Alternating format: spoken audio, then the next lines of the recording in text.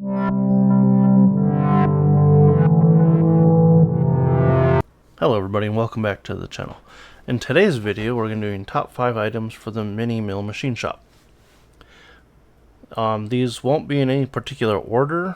They're just 5 types of items I think that you should have when you start out with a Sieg or a Grizzly or Precision Matthews or little machine shop. Any of those little Chinese made mills that sit on a desktop that aren't on like a column stand. So pretty much anything from a 704 and PM 25 MV down to the little CX2s like I have. So hope you like the video and let's get to it. Alright, so for the first topic it's going to be CAD. People will sometimes question why I think CAD is necessary for the mini mill machine shop. Well, simply put, it lets you build parts in 3D model space before you cut any metal, and you can basically get whatever parts you want. You get them designed, then you can make 2D prints of those parts, and you can print them out and use them. And you can also prototype them if you have a 3D printer and check fit and finish. And then it's also just good if you want to share parts with people. So for me, I use Fusion 360. I got in when it was like $300 a year forever. And for me, that's a really good price. The other options I see a lot of are FreeCAD, which I'm not as familiar with. It's an open source software that just kind of does its own thing. Then there's Onshape, which I think also has a free version like Fusion. I'm not sure anymore. I used it way back when it was in beta. The advantage Onshape has over Fusion is nothing is ran on your computer. So you could do full CAD work on like a Chromebook or your cell phone on Onshape because everything's done in the browser. Now if you want to spend a little more money, there's also SolidWorks and all those types, or Inventor. But for the hobbyist, generally speaking, we're going to want it to be free or very cheap. So that's why I pick Fusion. Onshape should be an option, and FreeCAD if you want to go completely free with no cloud-based systems at all. Alright, this brings us on to the second item, which in this case will be tooling. I'm going to break this into 3 different types of items because I'm assuming that you already have taps, drill bits, and things of that nature that you had when you were working on non-machine parts, like just using like drills and drill presses. So in this case, what we're going to talk about are roughing end mills, finishing end mills, and thread gauges. Now thread gauges are a little different than what most people would consider a beginning item, but I think having a set of gauges for critical threads for at least the sizes that you use a lot of. For me, I do a lot of 1/4-20 work, so I spent the $60 and got the 2B thread gauge for that, and it just lets me know if my threading's bad or not.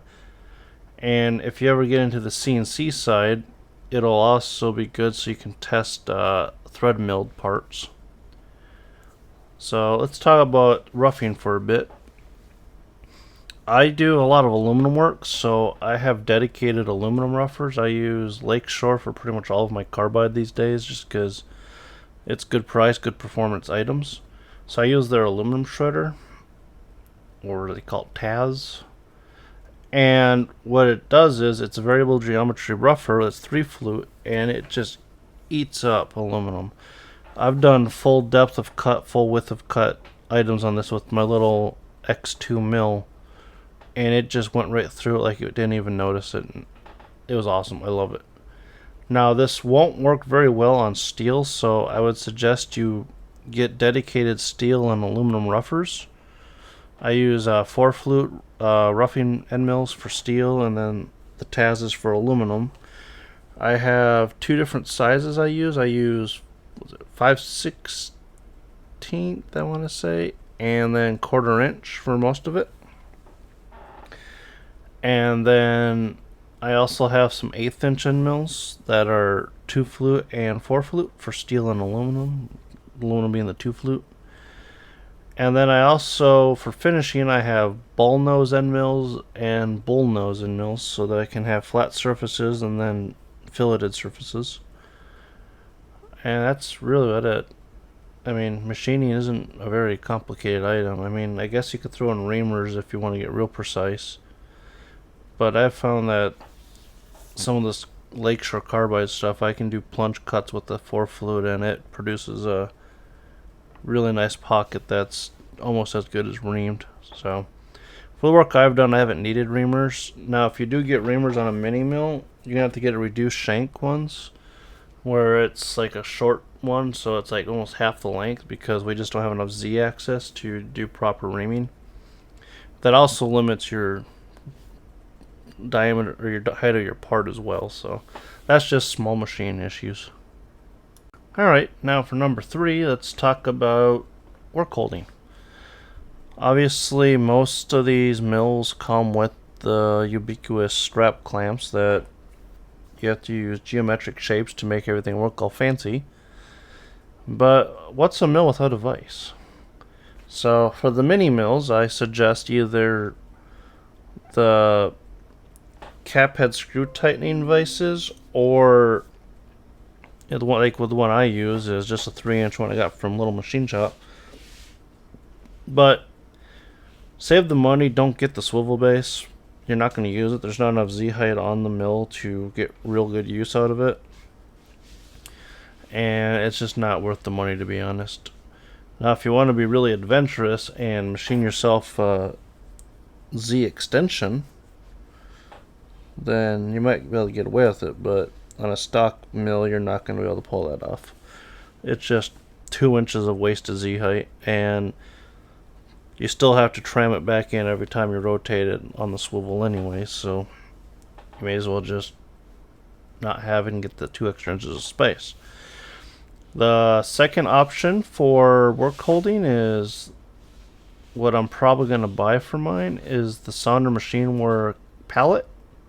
It just clamps right into your T-slots, and it gives you 1/4 20 holes, and I think they're 0.75 inch on center spacing, so you can use their mod vices. You can just use like the little, what are those things called again, the Mighty Bites and all that type of stuff, and you can get some really creative fixturing going on irregular parts. I'm probably going to buy one of those. I gotta save up money because, well, you know, life. And then for the final thing I'm going to talk about in work holding is don't forget to buy parallels when you buy your vise. I forgot to buy one when I first bought mine. And then I'm like, wait a minute, I need to raise this up. And then it's like, oh yeah, I need parallels. So don't forget to buy parallels. This is a pretty forward-facing topic. I mean, you got to be able to hold the part to the table, or else, well, you don't have a mill, you have a drill.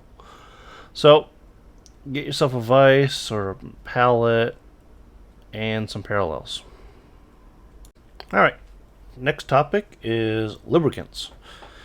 If you've been doing any amount of tapping before you've bought your mini mill, such as with a drill press or a hand drill, and then using hand taps and just making screw holes, you probably already have either Tap Magic or Rapid Tap or some form of cutting fluid on hand. You can use that for machining. It can get a little messy and icky. I use WD-40 a lot as a cutting fluid with mist systems, like you saw in previous videos when I had my old little CNC mill. It works pretty good. It just gets kind of gunky and it's hard to clean up.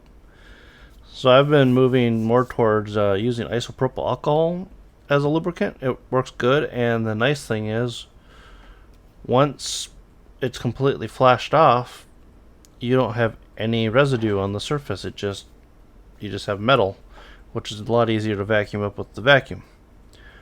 So you need to get yourself some lubricant to use. I use IPA for aluminum parts.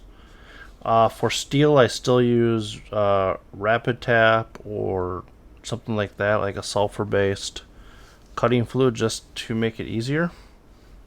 But you don't have to go crazy on this. I literally just brush it on and let it do its thing, and it works well. Just don't run mills dry if they're gumming up, or else they'll just break, especially for aluminum. And then, yeah, just lube your stuff. Not for heat resistance, more for slickness and to keep the stuff off of the mills themselves. Okay, and last but not least, materials. There's a few ways to get materials. You can get them from online places like Online Metals, or all those other various ones, or like, what is the other ones out there? There's Parker Steel. I think that's actually made by Online Metals. But you got lots of different metal manufacturing companies out there, and you can order them online. They usually cut to shape and or size and all that. You can get them from Xometry and things like that. I buy stuff from them a lot. There's also local sources. Around me, I'm lucky I have a metal supermarket, and I buy a lot there. And for the hobbyist, it's a really good deal because they have a cutoffs room that you can go to, and instead of paying full price, you pay a lot cheaper price for the cutoffs. It's usually by like the pounds more so than by like the actual dimensions, which is really nice, and it's a lot cheaper. So say you need a piece of L channel that's 2 feet long and you find an offcut that's like 3 foot, you're only going to be paying like $5 for it instead of like 20, which is really nice, and it's beneficial for the hobbyist. And then there's just go to your local fab shops. See if they have a cutoff bin to let you rummage through, because a lot of them will sell you scrap for scrap prices, and you just weigh it, and you can get a couple 100 pounds of steel and aluminum. I mean, you're not necessarily going to know what type it is unless it's written on there with crayon still. But at least for the hobbyist, usually we're not worried about like provenance of the metal as much as we're just trying to make things. And if you're trying to actually make something with like real tolerances and specs, you're going to want to buy from a reputable place where you actually have provenance, and you know, okay, I'm getting 70-75 aluminum, well, that's what I got. You don't do cutoffs and scrap bin pulling for that kind of work anyways. So these are some of the options I use. I use Metal Supermarket a lot. I use a lot of the online places. If you need it really, really fast and you don't mind spending a lot, there's McMaster Car. But you will get it like next day, which is pretty nice. And if you're just making small parts and you don't really care what it's made of, try your local fab shops and machine shops. They usually have no problem selling scraps because it's just one less thing they have to deal with. If you're taking it off their hands, then they don't have to ship it off somewhere to get it recycled. So, if you find any of this stuff informational or useful for you, just leave a thumbs up, comment if you have any other ideas that are good for the starting mini mill machine shop in your house. And if you like what you see, please subscribe. And thank you and have a good day.